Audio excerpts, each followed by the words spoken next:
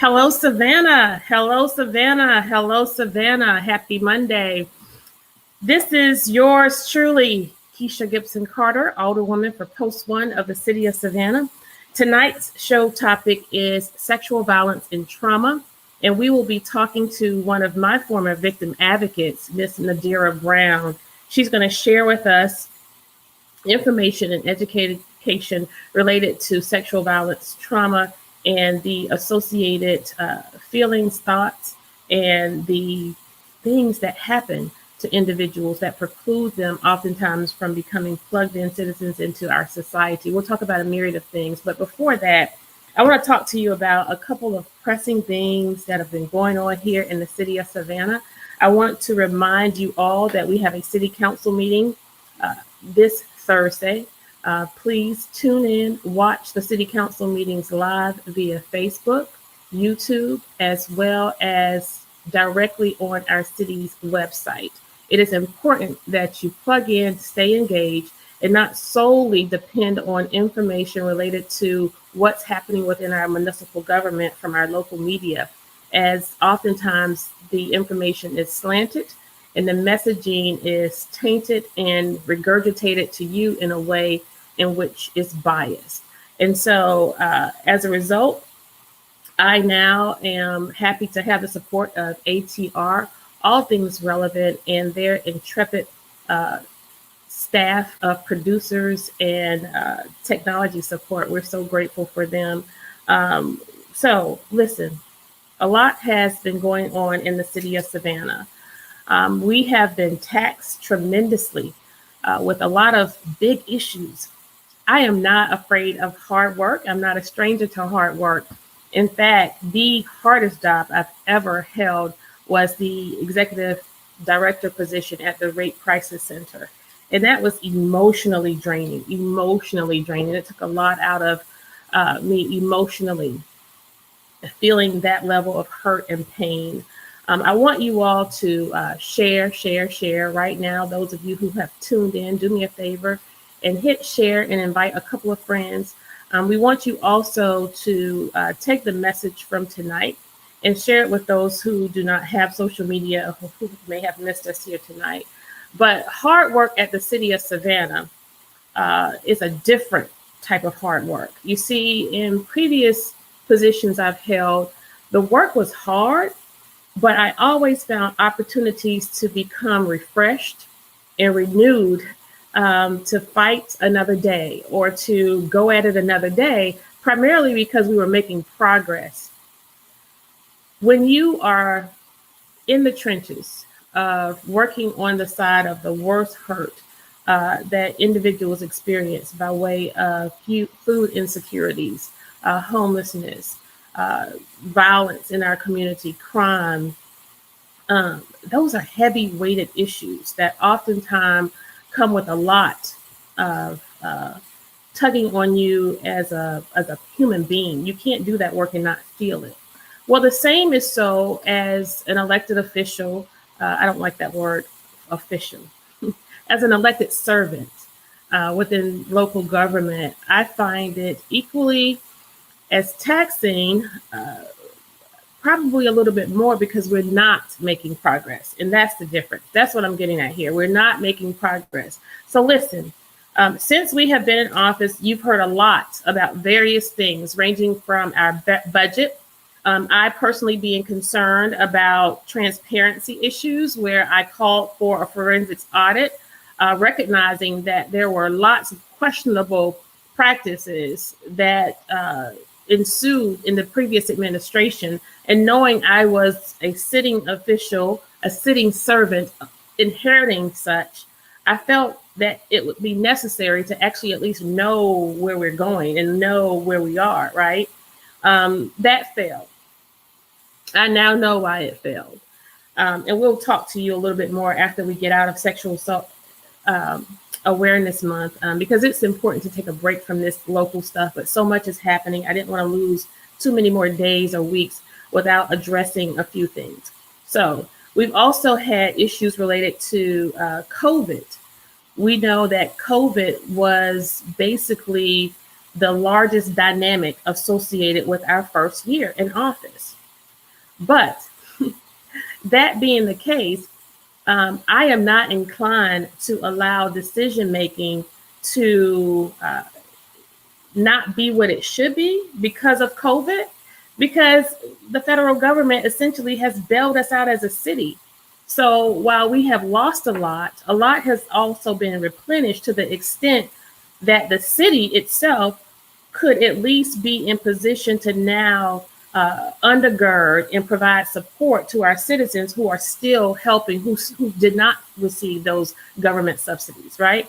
So we can no longer hide behind COVID. I would give the mayor credit where it's due. He did a phenomenal job providing information, providing comfort, and extending that information in a manner in which most people had an appreciation for. I felt that was very necessary. I would not take anything from him for that. But what I have said from day one is the fact that our citizens here in the city of Savannah have been experiencing COVID-like implications pre-COVID. Before COVID hit, people were experiencing the same level of drought, barrenness, pain, and lack before, due to the lack of political will to engage in progressive and aggressive policy work, right? Nothing changes in local government without a policy. We are not a policy-driven administration. We are a pledge and promise-driven administration. We are a task force-driven administration. So it is my hope that we will one day get to the point where we start to move from pledges and promises and rhetoric and task force to actually seeing something happen. And unless and until that happens, we will continue to bring you messaging that is consistent with keeping it real and being transparent and authentic in this process. So we've also had issues related to COVID that's consistent with the CARES Act fund. $2.9 million was released to the city of Savannah via the CARES Act to bail out local businesses, to provide support, if you will, to those local businesses that were struggling. Very shortly after the pandemic hit, very shortly, it was decided in this administration that we would have our local SBA allocate those funds. So of the 2.9 million, 1.2 million was given to SBA. Of that 1.2 million, we as a council started receiving random calls from various individuals after the application process opened, probably a week or two, saying they had not heard anything. They did not receive anything. What is the status of their application? So that prompted myself and Alderwoman Blakely to go to Mr. Monahan, who was our interim city manager at the time, and say, listen, what's happening with these CARES Act funds? People are saying they're not getting any money. So if they're not getting it, who got it, right? And so in short order, we requested the reports.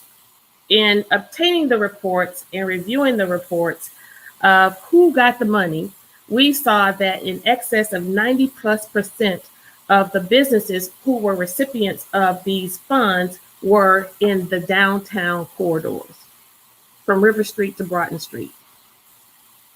Maybe one or two streets over, not much beyond Oglethorpe, Liberty, okay? So that was the first indicator that something was awry. Then secondly, we looked at the chart and Pat Monahan, I guess he knew who he was dealing with. So he took the liberty to identify who were minorities, who was Black, who was white, who was whatever, male, female. We just asked for the report. But he knew that we were going to notice on that report that of all 50 businesses who received up to $50,000, only 2 were African American. Actually, 1 Jamaican and 1 African American.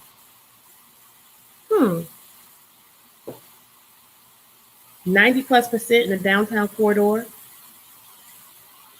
2 African American. Okay. More egregious was the fact that we dug a little deeper and learned that within the 48 hours of the application process being open, all of these people who applied for these funds, who essentially probably had to go to their tax preparer because the application was quite laborious. They probably had to pay somebody to complete the application, or maybe spent several tedious hours digging through their bank statements and trying to figure out the process. Those individuals were not considered. The SBA, this is the most egregious with this CARES Act. The SBA decided that they were going to retire the debt of loans on their balance sheet that they had before COVID. So essentially, they took that money and they retired the debt of pre-existing loans. So why would you open up an application process if you knew that your intent was basically just to retire the debt of people who had loans already on your books, probably from years prior? And so let's just say this is how it looked. If a business had a balance of $30,000, the average allocation per business was $50,000. They paid the $30,000 off and gave the business owner the $20,000. $1.2 million, 50 businesses, 90+% in the downtown corridors, and only 2 African Americans. One Jamaican and 1 African American. But most egregious is the fraudulent act. So essentially, SBA has the money. They have the money. And then you leave the majority of the businesses in Savannah, Midtown businesses, Southside businesses, all of which are a combination of all nationalities. You just leave them out. So the lack of integrity in that process, and the fact that our administration, your mayor allowed it. Even once we learned of this, there was still an opportunity to do something about it, and we didn't. We gave another fake promise, another fake pledge, and said in the next round of CARES Act funds, we will consider minorities. This time, Governor Kemp pulled an okie doke, and he decided that he was not going to allocate any more resources to the cities in Georgia. He decided to utilize that money to support the unemployment accounts for the state because they were being strained. So you see, that's the type of heavy weight that we bear. That's the kind of pain that's hard to swallow in this administration. When you see that kind of injustice, that actually, in some regard, I'm pretty sure that we are in violation of some federal offense. I'm pretty sure of that. So there you go on that one. Then we have the fairgrounds. The fairgrounds was probably one of the first projects I was introduced to by Dr. Estella Shabazz upon coming into office. And in that introduction, we learned that there was an opportunity for the 5th District to have a soundstage, to have movie studios, production studios, to partner with Tyler Perry Studios, to create economic drivers, to create jobs and education and occupational advancement for individuals who ordinarily would not be able to break into the industry of film here in Savannah, Georgia. It would have been awesome. And fast forward, she's a little guarded with this proposal because I think she knew something that I really didn't know at the time. And so in her being guarded with it, she tasked the city manager at that time, Pat Monahan, with creating a RFP, which is also a request for proposal, right? That would go out to the public. In this request for proposal, it would highlight and outline various factors associated with what the residents of the 5th District had already communicated to Dr. Estella Shabazz in terms of what they deemed viable for their community. Citizen driven, right? So in doing that, Mr. Monahan obliged her. It's presented to our council in executive session, and an opportunity for her to present it to the public and present it to council for a vote failed. It failed through the acts of some very selfish individuals. We will soon know what their motivation was. It's actually showing itself now. So fast forward a little bit more, and we hear that Georgia Tech and CETA are doing something to create a film production studio out there, 95 or somewhere. And we're like, that sounds familiar. But this is just after the new interim city manager comes in and tells us that everything that Pat Monahan, the old interim city manager, put together for Dr. Shabazz in that RFP is null and void. Because now all of a sudden, the land over in the 5th District, he deems that there are issues related to flooding and pipes and all of these things that had never been talked about before. Is now all of a sudden an issue, and we can't do that. And this man, we paid $20,000 a month, who's supposed to be the guru of local and municipal government, and they didn't want him to go. He was doing such an exceptional job, but this RFP that he put together, Mr. Brown comes in, the new interim city manager, and says, no, it's just something not right with this. Fast forward, and in the news, well, just before that, we actually happened to stumble upon the fairgrounds property in the 5th District. I was going by Cool Vibes to get pizza and decided to just take a peek. And guess what was happening on the fairgrounds property? They had set up a set for a movie. They were actively working on the property that the city manager stated could not be occupied and was not, we could not access that property for the purposes of which was intended for the RFP. But here, like literally, I promise y'all, the same day after executive session, after a very heated debate about why are you all being so slow to progress with this property? How could you come in, Mr. Brown, just a few short months after Mr. Monahan left and say this isn't possible? How? Like, in God with purpose for me to leave City Hall, go get pizza, and decide to just go down the street and look at the fairgrounds? I don't know what I was looking for. Where do you do this? Savannah, Georgia. Savannah, Georgia, where they do what they want to do, when they want to do it, and how they want to do it. So he's called on it. And of course, they just kind of glossed over, they have a way of telling you what they think you want to hear.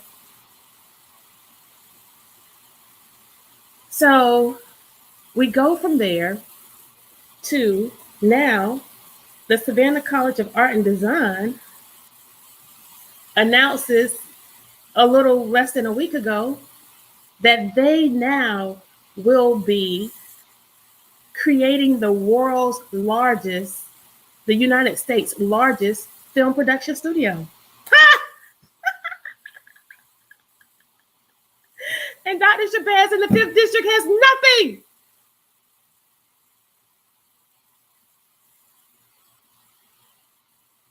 The stealing, the thievery, the manipulation, it's getting really, really difficult.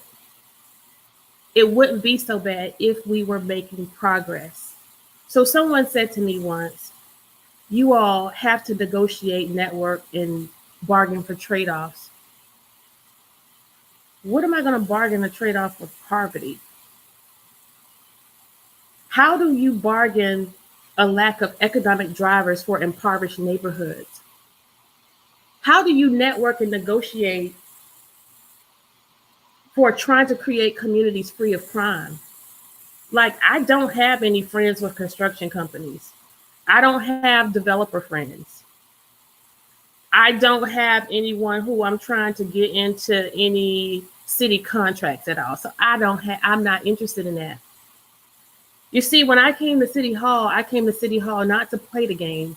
Because when you go about in those activities, you're playing games with people's lives. That's what municipal government is all about. We have your life in our hands. I'm not interested in playing games. I came to City Hall to change the game. And you, my friends, you, citizens of Savannah, you can help me do that by demanding better and by desiring more, by way of truth, authenticity, and integrity, by holding your elected officials accountable. And I've been hearing a lot of talk lately about waiting until the next election and voting people out. Guys, that's like over 2 years from now. Yeah, I gotta do this for 4 years. Sweet Jesus. Build a fence all around me every day. God help me. You don't need to wait to vote nobody out of office. I'm not interested in voting anybody out of office. I'm interested in the people who are in office doing what they said they were going to do on the campaign trail. Everybody who was in office, except for Dr. Shabazz, who did not have opposition, and Nick Palumbo, who essentially walked into office, every one of us who were on the campaign trail had the same stump speech. Every one of us talked about desiring the same thing. And so you now just have to listen up, look at the vote, call the clerk's office, and get the voting records and figure out what's going on in this town. And so again, there are some who are so upset and disappointed and aggravated and frustrated, but I'm convinced that God did not allow what happened in 2019, November of 2019, that supernatural election. He did not allow that to happen for us to fail like this. So whatever he decides. And then we had the property tax. You know, we all ran on a pledge not to raise the property taxes, right? And so it was thought that we were going to have to raise property taxes, raise the millage rate because of COVID and because of all this, we were not going to be able to absorb all of this. And I was really pressing to give people hazard pay. Right now, our sanitation workers still need hazard pay. Our police officers need hazard pay. Our fire service need hazard pay.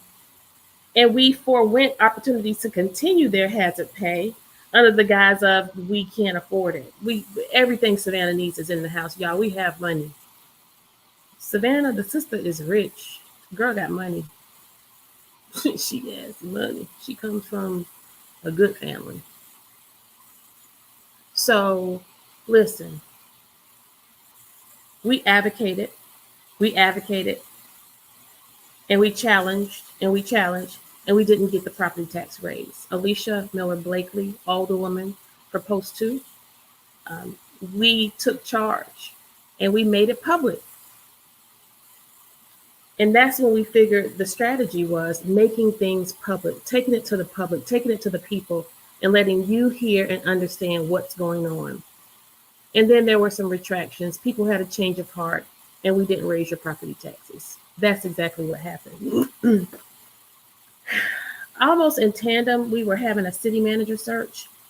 I saw in the paper today, I don't read it, but somebody screenshotted it because they know I'm not going to click on the link either, and sent it to me. And I read what people, it's shots fired season. I read what Mayor Johnson and Nick Palumbo stated about the city manager search. And let me tell you something, I was there. And this is how it went, plain and simple. The process was not hijacked. I remember it very well because it essentially served as the impetus for the bogus ethics complaint that was filed on me. And so you see, in this process of looking for a city manager, we invested a lot of time. Ralph Anderson, a very, very reputable group, is nothing wrong. It was nothing wrong with that group. They have a track record of placing many successful city managers throughout the United States. There was nothing wrong with Ralph Anderson. And there were some comments in that article made about Ralph Anderson. It was not their fault. And so, the people in the article have to decide who do they want to blame or what they want to blame on the city manager search. Was it Ralph Anderson? Was it because the process was hijacked? Or was it because of your novel counsel who didn't have the experience 6 months ago, 7 months ago, but now all of a sudden we're more experienced. So now we can have a successful search. Stop telling people what you think they want to hear. Guys, I'm going to defend you to the end, but I do not appreciate people insulting the intelligence of people. You can't say in one breath that you are a 17-year politician, Mayor Van Johnson. You can't say that you've been in this council, in this local government, not Pooler, not Port Wentworth, not New York, not Garden City. You have been in this local government here in Savannah for 17 plus years. You have 20 plus years of experience in human resources. And on the night of your win on December 3rd, 2020, you stated to the media that you were going to shepherd these young people into being good council members. So much for that. So what part of your professional experience and your municipal experience wasn't used for us to save our city? At this juncture, we're going on about $75,000 that's about to go down the drain.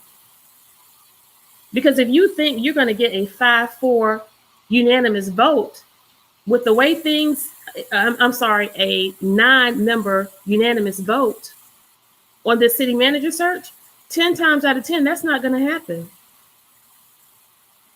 Because if the future is predicated on what's happened in the past, that doesn't happen. Look at the weeping time. Again, a 5-4 vote. That wasn't a decision that was going to change history in Savannah. The decision on the weeping time is going to change history in the world. So no, it was not a novice council. It was not Ralph Anderson. It wasn't because it was hijacked.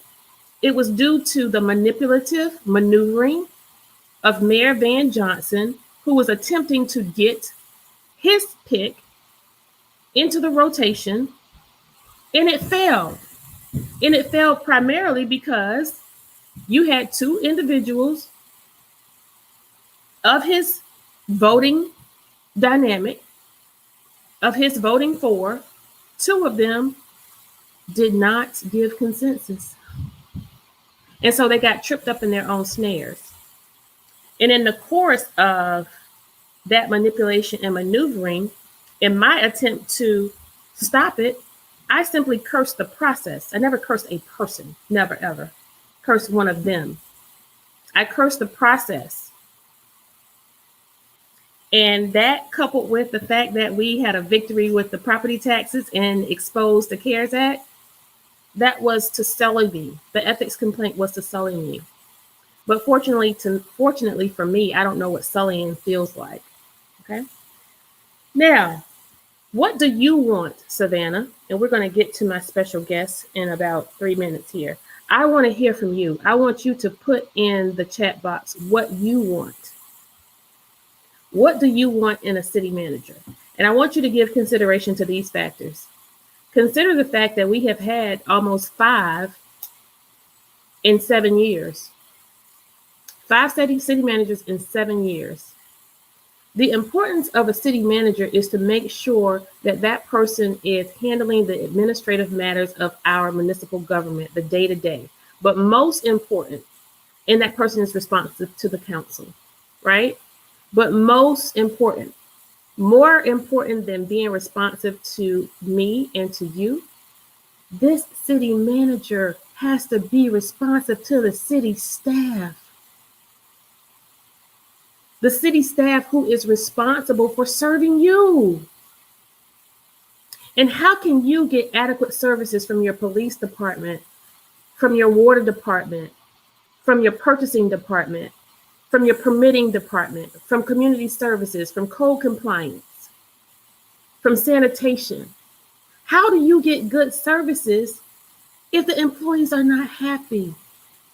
If the employees are not taken care of? And you know what, ladies and gentlemen? They're not happy. If you find more than 2 city employees who are not in top management, who say that they are content at work and that everything is okay, given the fact that everything is not going to always be okay. And I've been a manager and managed people for a long time. And so I know as a boss, you're not going to make everybody happy all of the time. And you shouldn't, because if you are, you're probably not pushing your people to be the best that they can be. But we have received a disproportionate number of complaints from our top level departments, even complaints within our city manager's office and mayor's office. People are not happy under the gold dome. People are not happy within the various multiple, and we'll talk about that too next week. All of the rent we pay, like the one floor we rent out of Savannah Morning News for $65,000 a month. Not $65,000 a year, $65,000 a month. We're paying for rent for like 3 departments with like 40 people. And half of them are home because of the pandemic. This is hard work, y'all. Heavy weight. But tell me, and give consideration to this. The city manager is responsive to the council. The city manager is responsive to the residents of Savannah, but also to the staff. You also have to give consideration that we are a port community. Savannah is very unique. We're not like a whole lot of other cities. We are very unique. We are a port community. We're a tourist town. We are near a beach community, very close to a beach community, which makes us prone and susceptible to natural disasters. We make up twice the national average of poverty and getting very close to 3 times. We are bookended by 2 of the poorest cities in Georgia, Brunswick, and Garden City is a close second. We also are a college town. And you know what? Our community is riddled with crime. It's increasing. And so that person has to have a very unique ability to be able to digest and frame many of those factors. And so give consideration to those pieces and let me know what you desire in a city manager. I am confident that this next process will take place. I think the biggest indictment will be that if after going out multiple times and paying 2 firms in excess of 20, one was $25,000 and one was $35,000 for the search. And then we flew in people and paid for their hotel and their flights and we fed them and we taxed staff. That dog and pony show will happen again. But I don't know. Well, you know what? I think enough time has passed for there to be more maneuvering. So there's probably going to be some nefarious acts again. I'm sorry to be cynical about this, y'all, but my cynicism actually oftentimes turn out to be real. It's just how it is. Then we have the latest. We had a death in our police department. in the interrogation room. It's a lot going on. Yes, an unnerving death. And the circumstances surrounding it are concerning. Again, I want to say to our law enforcement officers, I hear you. I'm advocating for you, and we're trying. So, without further ado, I want to bring in my guest for tonight. We got all of that off of our chest. If you have any questions, concerns, please contact me via my City of Savannah email or my City of Savannah phone. It's located on the City of Savannah website. Y'all, it is Sexual Assault Awareness Month. You know that this is a mission that is near and dear to my heart for obvious reasons. Sexual violence affects all communities, all genders, and all race, all socioeconomic backgrounds and statuses, rather. So it has no respect of person. And I want to say to you tonight, as we embark upon this talk, that if you are a survivor of childhood sex abuse, child molestation, if you are a survivor of rape, sodomy, you may not have ever told anyone because it probably happened at the hands of somebody you knew. And you didn't want the person to get in trouble. You just wanted the act to stop or not happen at all. So as a result of you not telling anyone, you probably have never heard the words, "It was not your fault. It is not okay." And that it's never too late to get the help that you need. And so tonight, as we talk, if you experience any triggers, Ms. Brown will help to guide you with information that you can use and how to, I'm not going to say get over or get through, but reconcile. There's a national hotline, RAINN, RAINN, and that number is 800-656-HOPE. 800-656-HOPE. And as much as we talk about violence against women and we talk about rape and sexual assault, where the victims are primarily women, and here in the state of Georgia, technically by way of the Georgia state statute, a man cannot be raped. But there are episodes of sexual violence and sexual assault that happen to men too. Men are victims too. And we want you to know that there is help and support. And there is help and support in a confidential way, just as it is at RAINN, where you can go to 1in6.org. That's the number 1, the word N-I-N, the number 6.org. Miss Nadirah Brown, thank you for joining us here tonight as we talk about sexual violence and the unwanted words and actions that are harmful to others. Nadirah was an advocate that I hired at the Rape Crisis Center, and she was one of the best that ever did it. And fortunately, she's still able to engage in some of that work because it is definitely needed. Now, as we go through, and I want you to interject periodically information people could use with regard to experiencing triggers and how they can get support. The types of sexual violence. There are various types of sexual violence, and we use the term sexual violence and sexual assault interchangeably, but they are not the same. When you look at sexual violence, we look at episodes of rape, child sexual abuse, incest, drug and alcohol facilitated rape, as well as sodomy. It's many forms and they are defined differently, but nevertheless, what we want to acknowledge is that it is never the fault of the survivor. You're only a victim once, but you are forever a survivor. Let's talk about the whole notion of stress and the trauma associated with sexual violence and the negativity that is caused in our bodies and our brain.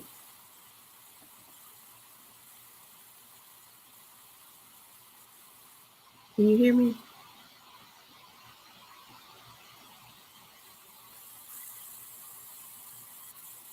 You look good, but I can't hear you.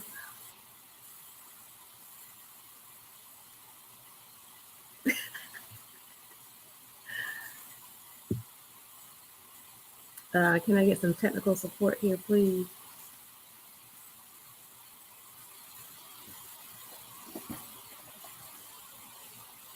Okay, so again, we want you to uh, be able to reach out and get the support you need. I want to acknowledge that we do have several local agencies here in Savannah who are also available to help, and you can contact the United Way, and they have a litany of uh, organizations whereby referrals can be made to some of these agencies. Sexual violence is the hardest thing to deal with, as I stated, primarily because with regard to child molestation, it's it happens at the hand of somebody the child knows, right? Only 10% of sexual violence toward children are committed by strangers.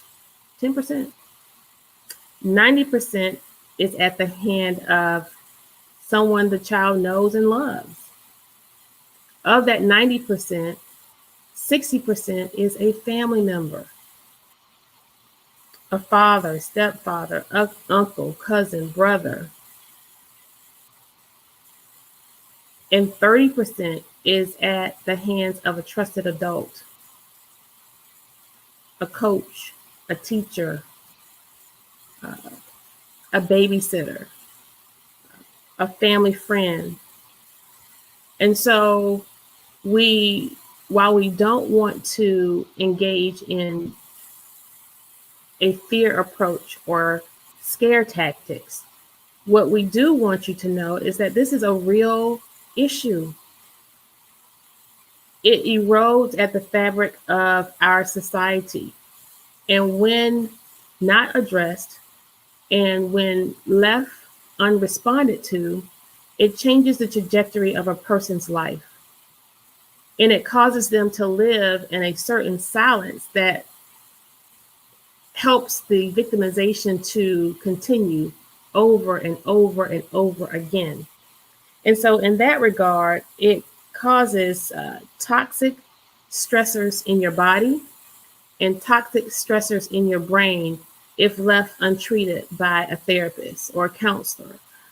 Some people are able to get through it and reconcile it through their faith, and others who do speak of it and reach out for help, oftentimes through a friend or a family member. And so that's the kind of support that we would hope that people have, but unfortunately, it's not the case.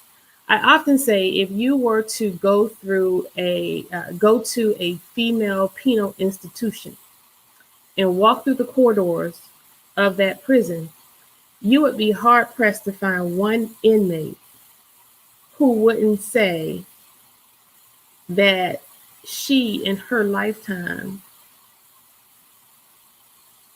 experienced some form of sexual violence, whether as a child, as a teenager, as a college student, or as an adult. It changes you. It precludes you from plugging in and engaging in healthy relationships.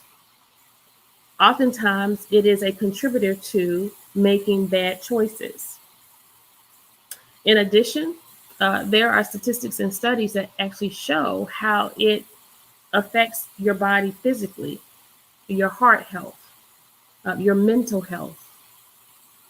And then, more specifically in adults, you have episodes where sexual violence also affects your nervous system, your cardiovascular system, as well as your immune system and your endocrine system.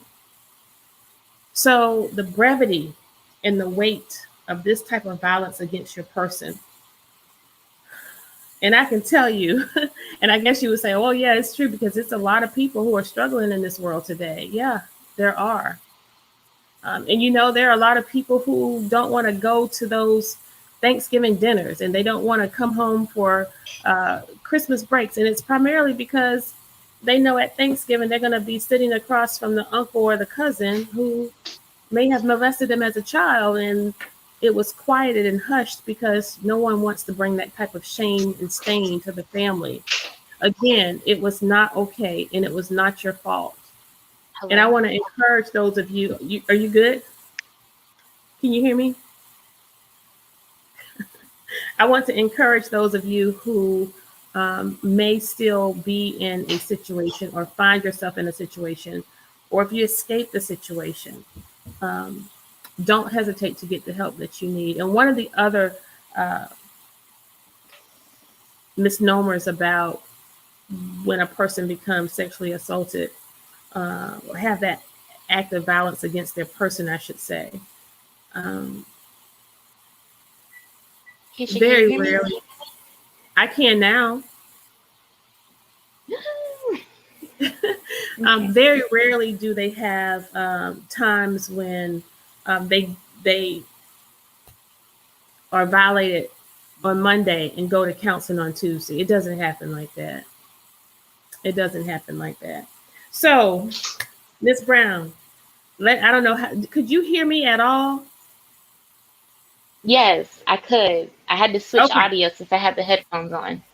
Okay, so let's jump right in it. I was talking about the various types of sexual violence, right?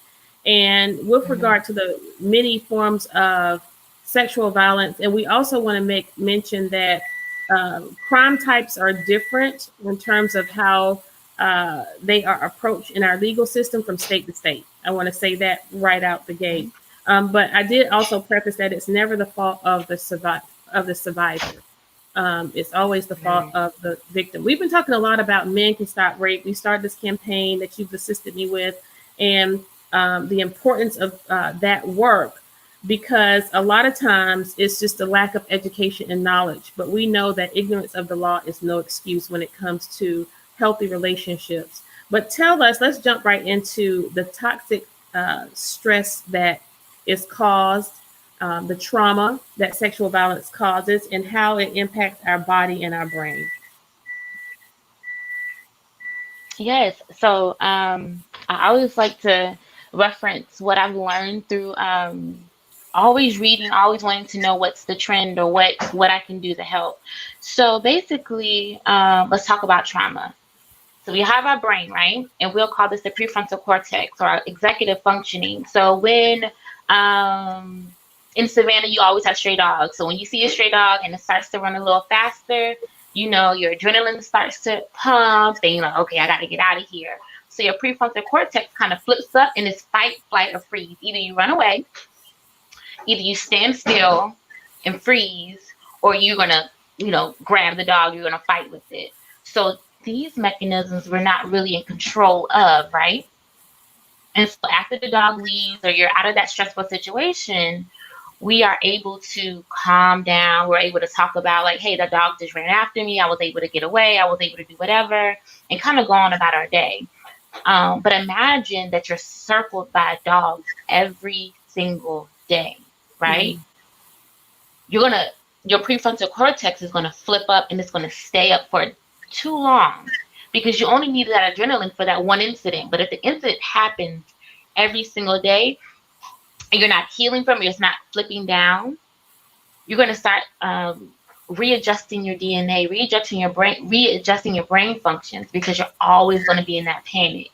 So as it relates to sexual assault, abuse, or neglect, or rape or molestation, that prefrontal cortex flips up, correct? But then it doesn't have an opportunity to flip down because we're not able to talk about it because of somebody that we may know. 85 to 90% of rapes and sexual assaults come from people you know. So you're not able to get the help that you need right off bat. The guilt and shame because our society says that if you dress provocatively, if we don't stay out at night, or if we would have said something earlier, we would have prevented it. So now we're not able to process. So in our society, we're not able to really be able to process the trauma that we have endured. So when we don't process the trauma that we have endured, our body will stay in fight, flight, or freeze for way too long. And by doing that, we start to develop anxiety, depression. It can go mm, further as into PTSD, bipolar disorder sometimes. Like, I don't want to get too far into it, but our body kind of attacks itself because we don't know how to self-regulate. Mm. That can get exhausting. Mm-hmm. It's like fighting a bear every single day of your life. And so I also acknowledge that there are also physical implications as a result with regard to hypertension and other Mm-hmm. issues that play out in your body. I know um, a lot could be associated with hair loss and having your skin break out. And to know that that's externally what you can see, but to have those trauma experiences also play out internally on your Mm-hmm. organs, I'm quite fascinated by that. Yeah, so when as I was like kind of researching and trying to understand the workings of the brain and the body, I've learned that when you experience trauma as a child before the age of 18, we call this adverse children experiences, such as neglect, such as parental substance or mental health issues, and sexual abuse and or assault. When you experience those things as a child and you do not receive the help from a supportive adult, you are 20 times more likely to develop heart disease, lung cancer without smoking a cigarette. You can also shave off 20 years of your life. Just experiencing that trauma as a child. So imagine if I was sexually assaulted from the ages of 3 till 10, and I didn't tell anybody. And now I have to function in life as a child that has been assaulted. My cognition impairment will really show up in school. I won't be able to concentrate. I'll be fidgety. I'll probably be angry. I'll probably lash out. My adrenal glands, I'll probably gain more weight or I'll be underweight. I may be shorter. I may have stomach growth. They may diagnose me with ADHD because I can't concentrate.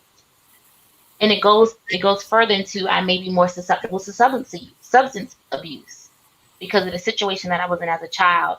So creating this space of a safe space to for women, children, men that have been sexually assaulted can really help the society or the community outbreak of substance abuse, mental health, the judicial system. We have to start at the beginning, and that's childhood trauma. And so, one of the things I want to talk about before we close tonight is what we can do with this information and where do we go from here, right? So, I know Yeah. when we were at the Rape Crisis Center, we worked tirelessly to educate the public. We put more focus on prevention education. I would say we put as much focus on prevention education as we did the actual treatment and advocacy, meeting the victims at the hospital, providing the direct counseling support to individuals who were survivors. The prevention education, we tried to knock on every door, uh, take advantage of every airway, and yell from the top of every building that rape was not a bad word to people who did not commit it, and it's not a bad word to those who work against it. But it is a bad word for those who commit it. And so, as a community, we talk about the adverse implications and we talk about those mothers who probably um, engage in exceptional sexual relationships because of they are reaching and they're searching for love or for intimacy that didn't feel like the rape, right? In Hmm. addition, uh, those parents who are not um, plugged in and in tune to their families, which leaves the children susceptible to the societal ills that are rampant in our communities. And it would preclude them from becoming plugged in citizens into our society. And then you start to see the ripple effect of how sexual violence can actually be traced to street crime, in as much as it's associated with drugs and alcohol. Now, we have seen here in Savannah At the end of a given year, for the 5 years I was there, a great majority or a high percentage of our victims were college students from the various colleges that we are flanked by Armstrong, Georgia Southern, Savannah State University, and the Savannah College of Art and Design. Um, I can't say, I know Savannah State University received a lot of bad press as a result of sexual assaults, but there were no more rapes at Savannah State than there were at SCAD or Georgia Southern. It's just that Savannah State has the largest on-campus residential program. And so when crimes happen on campus, it's registered as a crime at Savannah State. However, universities like SCAD and Georgia Southern, who have sprinkled and scattered sites in the city, if a student is raped on Price Street, that's a city of Savannah rape, and it's not logged as a SCAD rape, right? And so you have that misconception in data and statistics where we kept it the right way, of course. But I say all of that to say that there were not many college students. I had one on last week who made it. And even after all of those years, she still faces challenges. But there were not many college students who we served who who had to go home and didn't come back.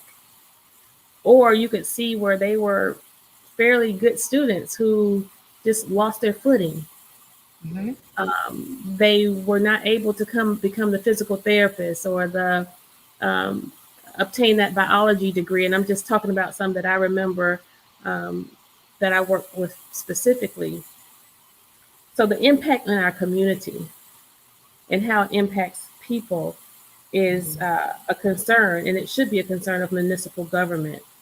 And so when I look at it from a public health issue perspective and what our government can do, it's not about elected officials gallivanting off at events, but it's about elected officials making decisions when it comes to our budget. And it's about our elected officials thinking outside of the box at ways in which we can borrow best practices from communities who have made exceptional strides in tackling this issue in their communities. We know that alcohol plays a pervasive role in the facilitation and commission of rape. Nearly 60% plus of rape involves alcohol. So that's one area where your local government can come in. And so one of the things I've done is I've worked with Beyond the Bell to launch a responsible alcohol use program here at the city of Savannah. And I don't know if we have those flyers available or those images, but if you could put that up. But this program is a tri-partnership between Mothers Against Drunk Drivers, Beyond the Bell, and the city of Savannah, where sexual violence is concerned, in that the commonality with all of those issues is alcohol. And so that being the case, what we want to do is we want to make sure that the individuals who are serving the bar and liquor serving establishments, they are cognizant of the role they can play in preventing it. And what else do we do in that regard? We put resources and money behind that messaging and that education. We also look at the practices of how we are providing license to individual, how we are renewing the licenses. We're looking at and we're tracking data. Unfortunately, I couldn't get any real data with regard to the number of people who are receiving alcohol as a minor, the number of rape cases worked by Savannah Police Department that involved alcohol consumption, as well as, or that was alcohol facilitated rape, I should say, and the number of DUIs. So we're going to continuously drill down in those numbers. And that's one of the ways our local government can provide support to responding to this community issue. And so is there anything else that you would say that we could do? And if people who are listening, if you chime in and let me know if there are ways you feel like I can continue to champion this work. I do know one of the things I did was I advocated very strongly. I was told that during our budget process, I advocated very strongly to increase revenue for rape services. I think we're only giving like $5,000 for SANE exams and that's sexual assault nurse examinations, but we give like $50,000 to our arts program. Like, really? So we have to do better there at prioritizing and making this primary as a public health issue. It's What are your thoughts? I think that you said it perfectly. It is a public health issue because it is a catalyst for all what it's a catalyst for all what's wrong in Savannah. I don't want to say the world, I don't want to say the United States. We're talking about Savannah. And in Savannah, what we can do as a community is to see something, say something, be a mentor, be someone that a child, a college student, anyone that that you think that's in need can come to you so they can talk freely, so they can get some help. Um, I dedicated my life to this calling as a therapist, as a sexual assault advocate, or just as a person, Nadirah from the East Side. It doesn't matter. They know they can call me. All we need is at least 10 in each community so they can have a space where, look, this has happened and I don't know what to do. Thank Meet you these so kids much at for that. the, yeah, yeah. Thank you so much for giving us that. And now I want you to close us out with what people can do if they are experiencing triggers or if something we said here tonight uh, took them back to that place because triggers are real, trauma is real, and victimization is real. And before you close us out with that and go to that really serious point, I have another serious matter to take up with you because Dr. Jamal Touré is watching, and I want to know: did you wear that HBJ shirt for him? I sure did. I sure Okay, did. I sure did. Class of 2007, $1 million in scholarships. Yes, ma'am. fortunately for you and Dr. Touré, the world is watching right now. So can you please just do what I ask you to do, ma'am? Thank you. Yes. If you need any help, anyone to talk to, you can definitely call the Rape Crisis Center here in Savannah, Georgia at 912-233-3000. From there, they can give you all the websites. They can talk to you at least for 45 minutes to an hour. Get the word out. So you're not alone, and we're here to help. So please, if you are triggered, you can definitely call that number. And I also want to remind our individuals who are watching, or if you're going to share this with someone, for men and boys, 1in6.org, one, the number one, the word in, the number 6.org.